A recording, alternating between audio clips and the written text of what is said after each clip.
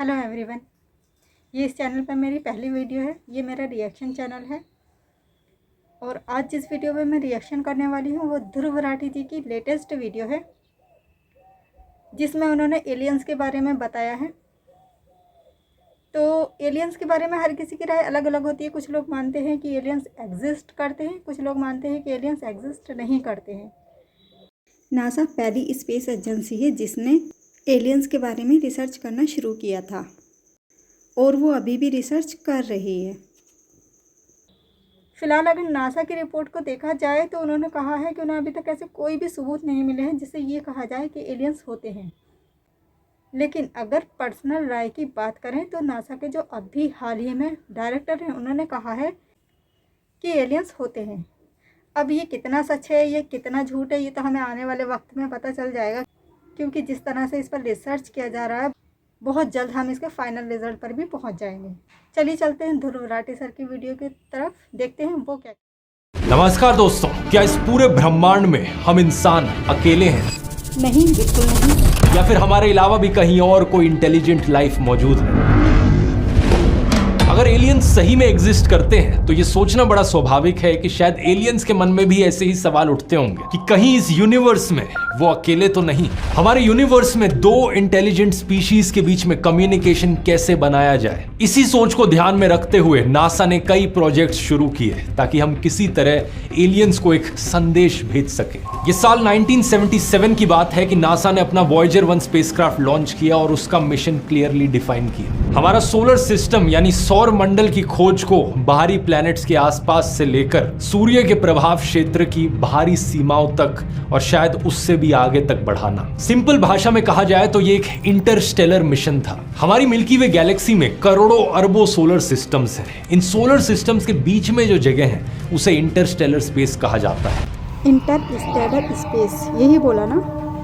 आज के दिन तक नासा ने सिर्फ 5 इंटरस्टेलर स्पेसक्राफ्ट्स लॉन्च किए हैं। इनके नाम है पायनियर 10, पायनियर 11, वॉयेजर 1, वॉयेजर 2 और न्यू होराइजन्स। और इन 5 में से सिर्फ 2 ही एक्चुअली में इंटरस्टेलर स्पेस तक पहुंच पाए हैं, क्योंकि सोलर सिस्टम को छोड़कर जाने में बहुत लंबा समय लगता है। और ये 2 जो छोड़कर जा पाए हैं, ये 2 बड़े खास हैं, वॉयेजर 1 और वॉयेजर 2। इन्होंने सोलर सिस्टम की एक ऐसी सैर लगाई कि हमें जुपिटर, सैटर्न, यूरेनस और नेपट्यून की एक कमाल की फोटोज मिल पाई। आज के दिन तक वॉयेजर 2 इकलौता स्पेसक्राफ्ट है जो यूरेनस और नेपट्यून के पास गया है। और वॉयेजर 1 का सफर तो इतना लंबा रहा है कि ऑफिशियली धरती से सबसे दूर पहुंचने वाला मैनमेड ऑब्जेक्ट बन चुका है। एज ऑफ अक्टूबर 2024 ये 24.7 बिलियन किलोमीटर दूर है धरती से। लेकिन इन दोनों वॉयेजर्स की सबसे दिलचस्प बात तो यही है कि इनमें मौजूद है एलियंस के लिए ढेर सारे मैसेजेस, जिनको साथ लिए ये अंतरिक्ष में घूम रहे हैं। ये मैसेजेस जो इस उम्मीद से भेजे गए कि शायद हमारी कभी मुलाकात एलियंस से हो और इन संदेशों के जरिए हम उन्हें अपने बारे में कुछ बता सकें। क्या एलियंस हमारी बात को समझ सकते हैं? आखिर क्या छिपा है इन पिटारों में? क्या है वो संदेश इंसानों की तरफ से जो नासा एलियंस को बताना चाहती है? आइए जानते हैं वॉयेजर मिशंस की पूरी कहानी आज के इस वीडियो में। ध्रुव राठी सर एक्सप्लेन बहुत ही अच्छे से करते हैं, बहुत ज़्यादा अच्छे से। मैं तो इनकी वीडियो को हमेशा वेट करती रहती हूँ।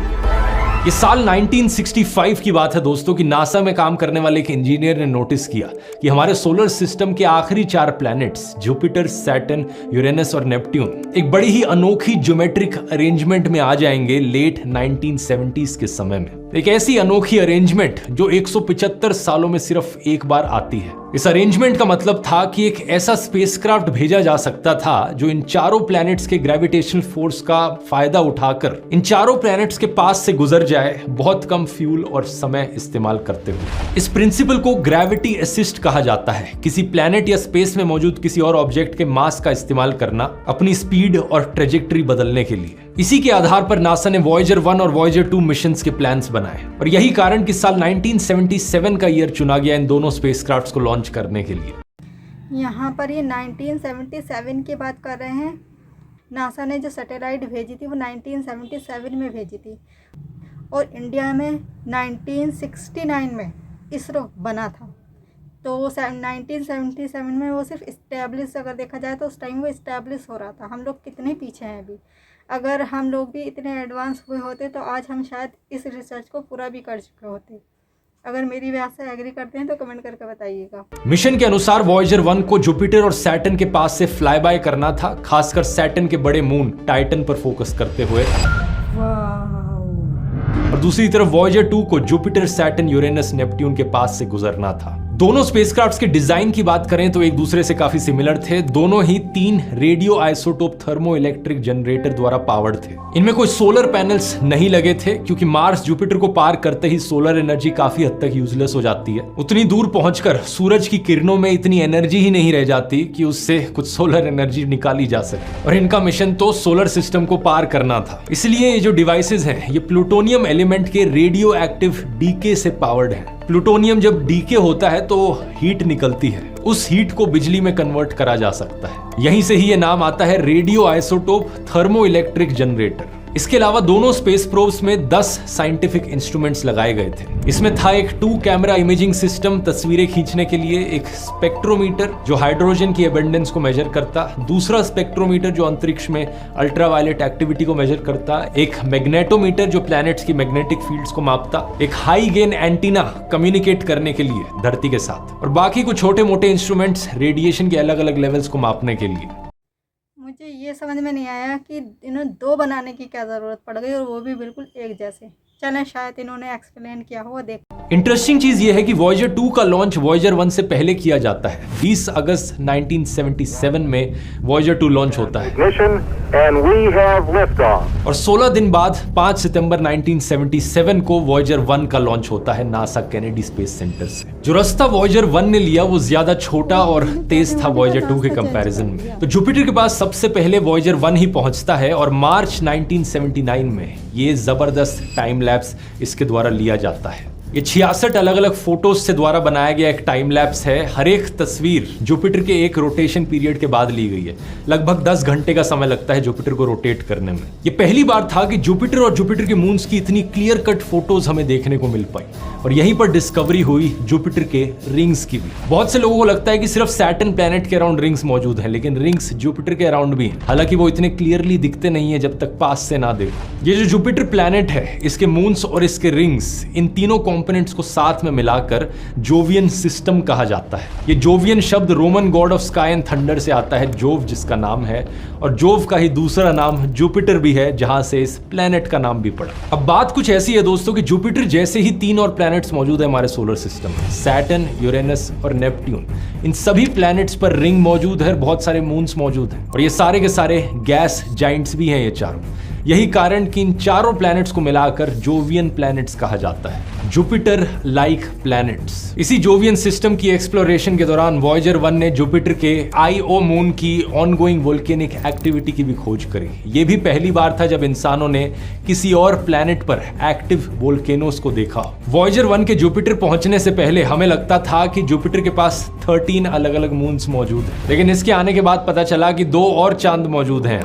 कुछ महीने बाद 9 जुलाई 1979 को वॉयेजर 2 जुपिटर के पास पहुंचा और ये और भी ज्यादा करीब था जुपिटर के। इसके पास आने से एक और नया चांद हमें देखने को मिला। पता चला एक और मून मौजूद है जुपिटर के पास। इन वॉयेजर मिशंस की डिस्कवरीज के कारण जुपिटर के जो मून्स थे वो 13 से बढ़कर 16 हो गए। लेकिन आज के दिन पता है क्या दोस्तों, हम 95 अलग अलग मून्स डिस्कवर कर चुके हैं। सही सुना आपने, 95 अलग अलग चांद जो जुपिटर के चारों तरफ घूम रहे हैं। 95। इसके करीब 1.5 साल बाद 12 नवंबर साल 1980 को वॉयेजर 1 पहुंचता है सैटर्न के पास। इस वक्त तक वॉयेजर 1 की स्पीड इतनी तेज हो गई थी वॉयेजर 2 के मुकाबले कि वॉयेजर 2 को सैटर्न तक पहुंचने में करीब 9 महीने और लगे। सैटर्न पर पहुंचते ही वॉयेजर 1 ने 3 नए मून्स की खोज करी, एटलस, प्रोमेथियस और पैंडोरा। हाँ, ये पैंडोरा नाम वही है जो अवतार फिल्म में एलियन प्लैनेट का नाम रखा जाता है, लेकिन असलियत में ये सैटर्न के एक मून का नाम है। उस समय तक सैटर्न के नोन मून्स की लिस्ट करीब 15 तक थी, लेकिन आज के दिन हमने करीब 146 मून्स की खोज कर ली है सैटर्न के। वॉयेजर 1 ने कई सारे मून्स की फोटोज खींची जो आप स्क्रीन पर देख सकते हैं। इनमें से शायद सबसे इंटरेस्टिंग ये टाइटन मून। धरती के अलावा ये इकलौता ऐसा ऑब्जेक्ट है हमारे सोलर सिस्टम में जिसका हमें क्लियर एविडेंस मिला है कि जहां पर बहुत सारा लिक्विड स्टेट में पानी मौजूद है। यही कारण कि कई सारी साइंस फिक्शन मूवीज इस पर बनी है जिसमें टाइटन को एक ऐसी जगह दिखा रखा है जहां पर या तो एलियंस रहते हो या फिर जहां पर इंसान जाकर रह सके। Titan had become our home. मतलब आज पता चला हॉलीवुड मूवीज़ में जितने अलग अलग ग्रहों के नाम लिए जाते हैं वो यहाँ से लिए जाते हैं। सैटर्न को पार करने के बाद वॉयेजर 1 और वॉयेजर 2 के रास्ते अलग अलग हो जाते हैं। वॉयेजर 2 जाता है यूरेनस और नेपट्यून की ओर। ये पहला और इकलौता मैनमेड ऑब्जेक्ट बन जाता है इन प्लैनेट्स के पास से गुजरने वाला। साल 1986 में यूरेनस के पास और 1989 में नेपट्यून के पास से गुजरता है और कुछ ये फोटोज हमारे पास आती हैं। वॉयेजर 1 दूसरी तरफ अपनी ट्रेजेक्ट्री बदल लेता है और एक्लिप्टिक प्लेन से बाहर चला जाता है। एक्लिप्टिक प्लेन अगर आप नहीं जानते, ये एक इमेजिनरी प्लेन है जिस पर हमारे सोलर सिस्टम के सारे प्लैनेट्स अपने अलग अलग ऑर्बिट्स में सूरज के चक्कर लगाते हैं। इसे अगर आप 3 डायमेंशंस में देखो तो कुछ ऐसा दिखाई देता है ये प्लेन। सारे ही प्लैनेट्स में कुछ छोटे मोटे डिग्रीज का अंतर होता है लेकिन सब एक फ्लैट प्लेन पर लगते हैं ऑलमोस्ट। लेकिन वॉयेजर 1 इस प्लेन से बाहर ऊपर उठकर निकल जाता है। वॉयेजर 1 का प्रोब ग्रेविटी असिस्ट की मदद से बहुत तेज स्पीड पकड़ लेता है। आज के दिन ये अंतरिक्ष में उड़ रहा है 60,000 किलोमीटर पर आवर की ज्यादा स्पीड से। इस डायग्राम में आप देख सकते हो रफली वॉयेजर 1 और वॉयेजर 2 आज के दिन कहां पर मौजूद है।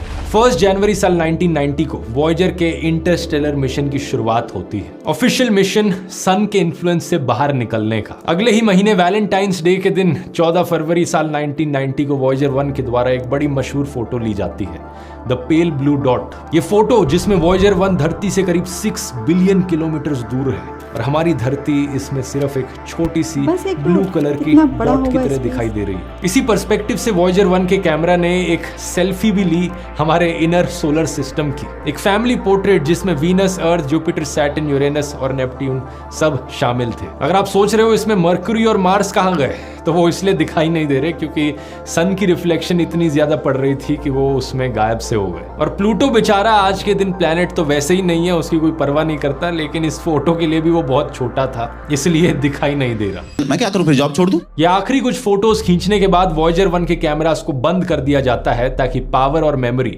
दोनों बचाई जा सके। और एक्चुअली इसके बाद कुछ था भी नहीं जिसकी तस्वीर इतने अंधेरे में खींची जा सके। वॉयेजर 1 सीधा आगे बढ़ रहा था इंटरस्टेलर स्पेस के अंधेरे की ओर। ये शब्द तो याद भी नहीं रहेंगे। इसके बाद सालों तक वॉयेजर 1 का कोई नया अपडेट नहीं आया। साल 1998 में एक छोटा सा अपडेट बताया जाता है कि ये धरती से सबसे दूर पहुंचने वाला मैन मेड ऑब्जेक्ट बन गया है। फिर साल 2004 में बताया जाता है कि वॉयेजर 1 ने टर्मिनेशन शॉक पार कर लिया है। ये एक ऐसा पॉइंट होता है हमारे सोलर सिस्टम की एज पर जहां सोलर विंड अचानक से धीमी हो जाती है। आप पूछोगे ये सोलर विंड क्या चीज है? ये असल में सूरज से आने वाले चार्ज्ड पार्टिकल्स होते हैं। ये सोलर सिस्टम के चारों ओर एक बबल सा बना देते हैं। इस बबल को हीलियोस्फेयर कहा जाता है और ये हीलियोस्फेयर हमें इंटरस्टेलर रेडिएशन से बचाता है। जब हम हीलियोस्फेयर की आउटर बाउंड्री हीलियोपॉज के करीब पहुंचते हैं तो सोलर विंड और कमजोर हो जाती है। इस डायग्राम को देखकर आप बेहतर समझ सकते हो। शुरुआत में है हमारे प्लैनेट सारे। नेपट्यून के बाद एक कुइपर बेल्ट आती है जहां से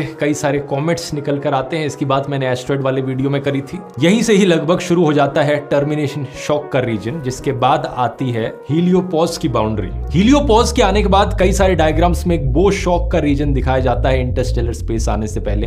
ऐसा कई सारे साइंटिस्ट का मानना था वॉयेजर 1 जब तक यहां नहीं गया था। 25 अगस्त साल 2012 में वॉयेजर 1 ने हीलियोस्फेयर को पीछे छोड़ दिया और फाइनली इंटरस्टेलर स्पेस में एंट्री मार ली। और उसके बाद से साइंटिस्ट का पूरा नजरिया ही बदल गया इस बो शॉक वाले रीजन को लेकर। आज के दिन साइंटिस्ट का मानना है कि ये वाला रीजन बेसिकली एक इंटरैक्शन का एरिया है जहां पर इंटरस्टेलर रेडिएशन आकर सोलर विंड से मिलती है। एक तरीके का डिफ्यूजन वाला रीजन जहां पर कोई क्लियर कट बाउंड्री नहीं है। लेकिन सोचकर देखो दोस्तों, ये सिर्फ साल 2012 में ही था कि वॉयेजर 1 ने बाउंड्री क्रॉस कर पूरे 22 साल का समय लग गया इस इंटरस्टेलर मिशन को इंटरस्टेलर स्पेस तक पहुंचने में। इस चीज को कंफर्म करने में भी नासा ने 8 महीने का समय लगाया। कई सालों तक इन्होंने डेटा को रीचेक किया, डबल चेक किया और फाइनली सितंबर 2013 में ही इन्होंने अनाउंस किया था कि इंसानों के हाथों द्वारा बनाई एक चीज ने पहली बार सोलर सिस्टम की सरहदें पार कर ली। भाई का एक्सप्लेनेशन तो वाकई में बहुत ही ज़्यादा अच्छा है और रिसर्च टीम भी काफ़ी अच्छे से इनकी काम करती है। तो आगे देखते हैं ये क्या कहना चाहते हैं। एक बड़ा इंटरेस्टिंग सवाल यहाँ पर ये उठता है कि ये हमें कैसे पता चला कि वॉयेजर 1 ने बाउंड्री क्रॉस करी। ये हमें पता चला दोस्तों इसके प्लाज्मा वेव इंस्ट्रूमेंट से 9 अप्रैल और 22 मई 2013 के बीच में एक पावरफुल सोलर इरप्शन रिकॉर्ड की गई वॉयेजर 1 में। इस इरप्शन की वजह से वॉयेजर 1 के पास के इलेक्ट्रॉन्स वाइब्रेट होने लगे और रिसर्चर्स ने नोटिस किया कि वॉयेजर 1 के आसपास की जो इलेक्ट्रॉन डेंसिटी है अब वो हीलियोस्फीयर की तुलना में बहुत ज्यादा हो गई है। इसी से ही हमें पता चला कि ये इंटरस्टेलर स्पेस में पहुंच गया है। आप सोचोगे लेकिन ये कैसे हो सकता है? इलेक्ट्रॉन डेंसिटी सोलर सिस्टम के बाहर ज्यादा है सोलर सिस्टम के अंदर के कंपैरिजन में। ऐसा इसलिए है क्योंकि हीलियोपॉज का जो रीजन था वहां पर सोलर विंड में एक बहुत बड़ा डिप महसूस होता है। जब वॉयेजर 1 हीलियोपॉज के एरिया में था तब वहां पर इलेक्ट्रॉन डेंसिटी बहुत कम हो गई थी और जैसे ही ये इंटरस्टेलर स्पेस में आया एक सडन स्पाइक देखने को मिली। फर्क बस इतना है कि हीलियोपॉज से पहले जो इलेक्ट्रॉन डेंसिटी में स्पाइक आई थी वो सोलर विंड की वजह से थी और हीलियोपॉज के बाद जो स्पाइक आई इलेक्ट्रॉन डेंसिटी में ये इंटरस्टेलर विंड की वजह से थी। ये सारी चीजें हमें पता चल पा रही थी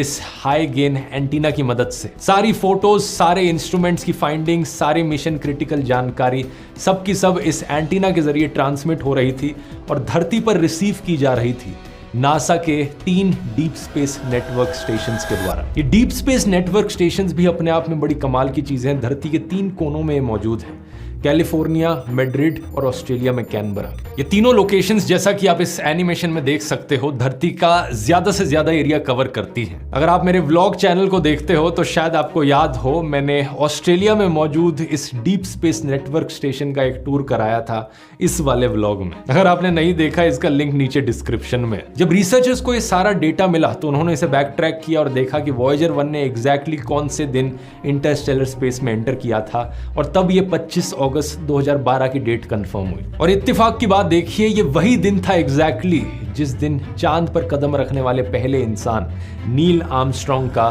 देहांत हुआ था। सो सैड न्यूज़, पर क्या ये कोइंसिडेंट था?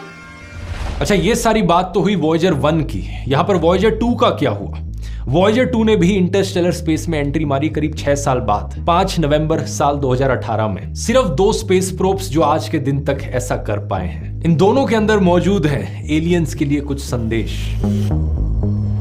अब भले ही इन दोनों वॉयेजर मिशंस ने कई सारे रिकॉर्ड्स तोड़े हों लेकिन एलियंस को संदेश भेजने के प्रयास में ये पहले स्पेसक्राफ्ट्स नहीं थे। इससे पहले पायनियर 10 और पायनियर 11 ने भी ये कोशिश करी थी। एक्चुअली में जो मैसेजेस वॉयेजर्स में भेजे गए हैं एलियंस के लिए वही मैसेजेस पहले पायनियर 10 और 11 में भेजे गए थे।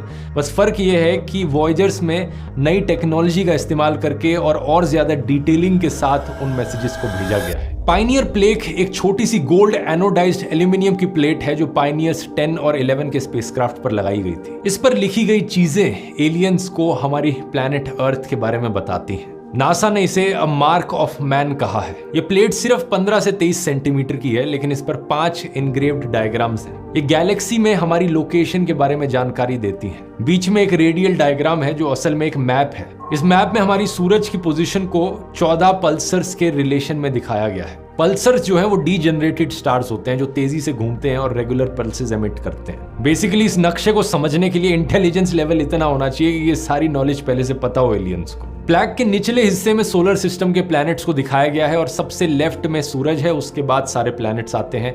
एक एरो बना हुआ है यहाँ पर जो तीसरे प्लैनेट की तरफ पॉइंट आउट करता है कि ये वो प्लैनेट है जहां से स्पेसक्राफ्ट निकल कर आया है। इसके मिडल राइट हिस्से में एक स्पेसक्राफ्ट का सिलुएट दिखाया गया है और साथ ही साथ यहाँ आप देख सकते हो एक ड्राइंग एक पुरुष और एक महिला की। बेसिकली ये दिखाने की कोशिश करी गई है कि हम इंसान ऐसे दिखते हैं जिन्होंने इस स्पेसक्राफ्ट को बनाया है। नासा ने कहा है ये इंटरस्टेलर स्लैब दर्शाता है कि मानव जाति के पास मानव विकास के युग की भौतिक समस्याओं से परे एक स्पिरिचुअल इंसाइट है।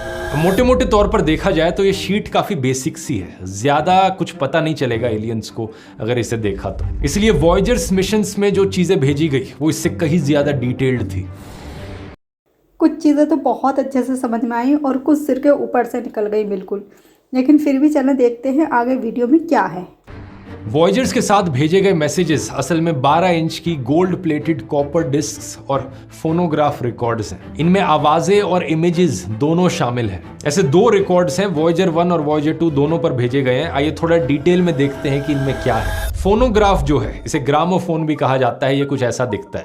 ये फ्लैट डिस्क्स होती हैं जिनमें साउंड्स को स्टोर किया जा सकता है। ये एक ज़माने में काफ़ी पॉपुलर हुआ करते थे और 1970s के ज़माने में काफ़ी पॉपुलर होते थे जब वॉयजर्स को बनाया जा रहा था। इन डिस्क्स पर ग्रूव्स एक स्पाइरल पैटर्न में अरेंज्ड होते हैं जिनमें साउंड वेव्स इनकोडेड होती हैं। जब एक सुई इन ग्रूव्स के साथ लगकर चलाई जाती है तो वाइब्रेशंस निकलती हैं जो साउंड बॉक्स तक पहुंचती हैं। यहाँ पर एक मेम्ब्रेन होता है जिसके वाइब्रेट होने पर इन डिस्क्स में रिकॉर्ड की गई साउंड वेव्स दोबारा से आप सुन सकते हो। अक्सर इन साउंड वेव्स को एक हॉर्न के जरिए और ज्यादा एम्पलीफाई किया जाता है ताकि लाउडली और क्लियरली आवाज सुनाई जा सके। आज के दिन हमारे पास टर्न टेबल्स और रिकॉर्ड प्लेयर्स हैं जो इसी कॉन्सेप्ट पर काम करते हैं, लेकिन टेक्नोलॉजी अलग है। आज के दिन सुई से होने वाली वाइब्रेशंस को इलेक्ट्रिकल सिग्नल्स में पहले कन्वर्ट किया जाता है और फिर साउंड को एम्पलीफाई किया जाता है। यहां पर ऐसा नहीं किया जा रहा है। ये जो रिकॉर्ड इसमें भेजा गया है वॉयजर्स में, इसे गोल्डन रिकॉर्ड का नाम दिया गया है। इस रिकॉर्ड के कंटेंट्स को 4 अलग अलग सेक्शंस में डिवाइड किया गया है। पहला सेक्शन है सीन्स फ्रॉम द अर्थ।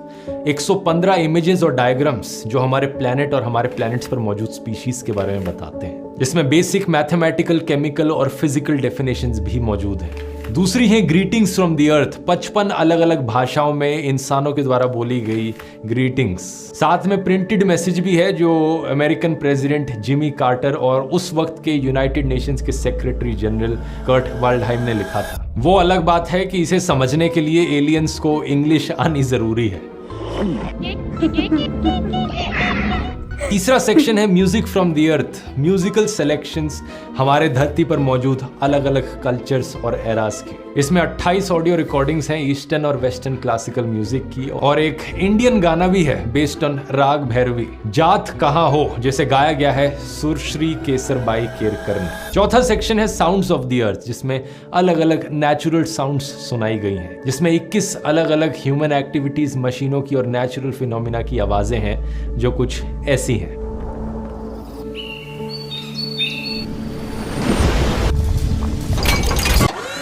अब जाहिर सी बात है, एलियंस को अगर ये आवाजें सुननी है तो उन्हें इस फोनोग्राफ को ऑपरेट करना आना चाहिए, और इसी के लिए नासा के साइंटिस्ट ने इंस्ट्रक्शंस भी रखी हैं इन डब्बों के अंदर। अब अच्छी खबर यह है कि उन्होंने इन इंस्ट्रक्शंस को किसी इंग्लिश या हिंदी भाषा में नहीं लिखा, क्योंकि ऑब्वियसली क्या चांस है कि एलियंस को हमारी भाषा समझ में आएगी। लेकिन बुरी खबर यह है कि उन्होंने इन इंस्ट्रक्शंस को डायग्राम्स के फॉर्म में दर्शाया गया है। और बुरी खबर मैं क्यों कह रहा हूं, क्योंकि जरा इस डायग्राम को देखो आप। एलियंस का तो भूल ही जाओ, आप खुद ही देखो इस डायग्राम को और बताओ इन इंस्ट्रक्शंस को देखकर, इन डायग्राम्स को देखकर क्या आप समझ पा रहे हो कि फोनोग्राफ की मशीन को कैसे ऑपरेट करना है। मेरी राय में आज के दिन के 90% इंसान भी इन इंस्ट्रक्शंस को नहीं समझ पाएंगे, तो हम कैसे एक्सपेक्ट कर सकते हैं कि एलियंस इन डायग्राम्स को देखकर समझ पाए कैसे ऑपरेट करना है इस मशीन को।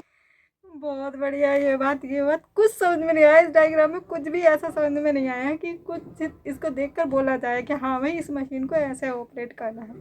ये बात बिल्कुल ठीक है। 90%, मैं तो कहती हूँ 95% लोग ऐसे होंगे जो इस डायग्राम को देख के समझ ही नहीं पाएंगे। इन डायग्राम्स की थोड़ी इंग्लिश ट्रांसलेशन आप स्क्रीन पर देख सकते हो कि एक्चुअली में किस डायग्राम का क्या मतलब है। फोनोग्राफ को ऑपरेट करना वैसे कोई इतना मुश्किल काम नहीं है। एलियंस को बस ये समझना होगा कि कैसे हम इस डिस्क को लें, इस डिस्क को यहाँ डालें और इसके ऊपर ये सुई लगा दें। लेकिन सबसे मुश्किल काम होगा इन फोटोज को एक्चुअली में देख पाना। ये सभी फोटोज जो आपने अभी स्क्रीन पर देखी इस गोल्डन रिकॉर्ड में मौजूद हैं। साल 1977 में ऐसी कोई टेक्नोलॉजी नहीं होती थी जो एनालॉग डिस्क पर इमेजेस को जेपेग जैसे फॉर्मेट्स में स्टोर कर सके। वॉयजर के कंप्यूटर सिस्टम्स सिर्फ 69 किलोबाइट्स की जानकारी ही स्टोर कर सकते थे। 69 किलोबाइट्स होता है सिर्फ 0.07 मेगाबाइट। एक इमेज के लिए भी ये बहुत कम पड़ जाता है। 115 इमेजेस तो बहुत दूर की बात है। इसलिए नासा ने इन डिस्क्स पर इमेज डेटा शामिल करने के लिए एक नया तरीका सोचा। उन्होंने इन फोटोज को एक स्क्रीन पर प्रोजेक्ट किया और एक टेलीविजन कैमरा से रिकॉर्ड करके उन वीडियो सिग्नल्स को ऑडियो वेव फॉर्म्स में बदल दिया, और ये फोटोज एक्चुअली में ऑडियो के फॉर्म में इन डिस्क्स में स्टोर्ड है। तो एलियंस अगर इन्हें देखना चाहते हैं तो उसके लिए रिवर्स प्रोसेस करना होगा। ऑडियो के फॉर्म में जो डेटा स्टोर्ड है उसे वापस इमेज में बदलना होगा। ये कैसे किया जाए, इंस्ट्रक्शंस इंटरस्टेलर एनवेलप पर दी गई हैं, आप देखकर पढ़ सकते हैं। ये टेक्नोलॉजी अपने आप में इतनी टेक्निकल और कॉम्प्लिकेटेड है कि इसे समझाने में एक अलग वीडियो लग जाएगा। तो डिकोड करने का झंझट छोड़िए, मैं आपको अब स्क्रीन पर दिखाता हूं इस गोल्डन रिकॉर्ड में आखिर क्या मौजूद है। 115 तस्वीरों को जब डिकोड किया जाएगा तो पहली तस्वीर ये सामने आएगी, एक सफेद कैलिब्रेशन सर्कल, एक simple black and white drawing जो दो चीजें करती है। पहले ये खुद रिकॉर्ड के आकार को रिप्रेजेंट करती है और ये अपने आप में एक सिग्नल भी है कि डिकोडिंग सही तरीके से हुई है। इसके बाद आएंगी फोटोज बेसिक मैथमेटिकल कॉन्सेप्ट्स की, फिजिकल यूनिट्स, क्वांटिटीज, डेफिनेशंस। फिर 2 सोलर सिस्टम पैरामीटर्स के डायग्राम्स आते हैं जो सन और तब के 9 प्लैनेट्स को दिखाते हैं। इस डायग्राम के बाद सोलर सिस्टम के कई सारे ऑब्जेक्ट्स की इंडिविजुअल फोटोज दिखाई जाती हैं, मरकरी, मार्स, अर्थ और जुपिटर। कुछ इमेजेस में एक्सप्लेनेटरी सिंबल्स जैसे कि मैथमेटिकल डेफिनेशंस या केमिकल फॉर्मूलाज भी शामिल हैं। उदाहरण के लिए ये फोटोग्राफ जिसका टाइटल है Egypt, Red Sea, Sinai peninsula and the Nile. Earth atmosphere की कॉम्पोजिशन बताई गई है। तस्वीर के ऊपर की ओर टैग दिखता है कि हमारी एटमॉस्फेयर में नाइट्रोजन 78% है, N2 78/100। यहाँ कुछ केमिकल एलिमेंट्स के मॉडल्स भी शामिल हैं जैसे कि हाइड्रोजन, कार्बन, नाइट्रोजन, ऑक्सीजन और फास्फोरस। ये केमिकल एलिमेंट्स जीवन के आधार, लाइफ के फंडामेंटल ब्लॉक्स को दर्शाते हैं। डीएनए स्ट्रक्चर्स की भी 2 तस्वीरें हैं, जेनेटिक इंफॉर्मेशन के ट्रांसमिशन को भी समझाती हैं। एक ऐसी चीज जो सभी लिविंग थिंग्स में मौजूद है। एक तस्वीर माइक्रोस्कोपिक डिटेल्स में सेल्स और उनके डिवीजन को भी दिखाती है। इसके बाद की 20 इमेजेस इंसानों की लाइफ को दर्शाती हैं। यहाँ कुछ इमेजेस ऐसी भी हैं जो इंसानों की काबिलियत को दर्शाती हैं, कैसे मुंह का इस्तेमाल चाटने, खाने और पीने के लिए किया जाता है। साथ ही साथ एक फोटो यहाँ पर ग्रेट वॉल ऑफ चाइना और ताजमहल की भी है। इंटरेस्टिंग चीज ये है कि कोई भी तस्वीर यहाँ पर इंसानों के नेगेटिव एस्पेक्ट को नहीं दर्शाती। कोई कॉन्फ्लिक्ट या वर्ल्ड वॉर या किसी भी वॉर जैसी चीज का कोई जिक्र नहीं किया गया है। एक बहुत ही होपफुल और पॉजिटिव साइड इंसानियत की दर्शाई गई है इन तस्वीरों में। मानवता का एक आइडियल वर्जन, जैसा कार्ल सेगन ने 1978 की अपनी किताब murmurs of earth the Voyager Interstellar record में एक्सप्लेन किया। सबसे बड़ा सवाल तो यहाँ पर यही उठता है कि क्या कोई भी वॉयेजर स्पेसक्राफ्ट कभी किसी एलियन तक पहुंच पाएगा, और अगर ये किसी एलियन स्पीशीज तक पहुंच भी गया, क्या उस एलियन की स्पीशीज के पास इतना इंटेलिजेंस लेवल होगा इस चीज को डिकोड करने के लिए या नहीं होगा। तो ये थी हमारी पहली रिएक्शन वीडियो और ध्रुव राठी सर ने इसमें काफ़ी कुछ बहुत अच्छे से एक्सप्लेन किया है।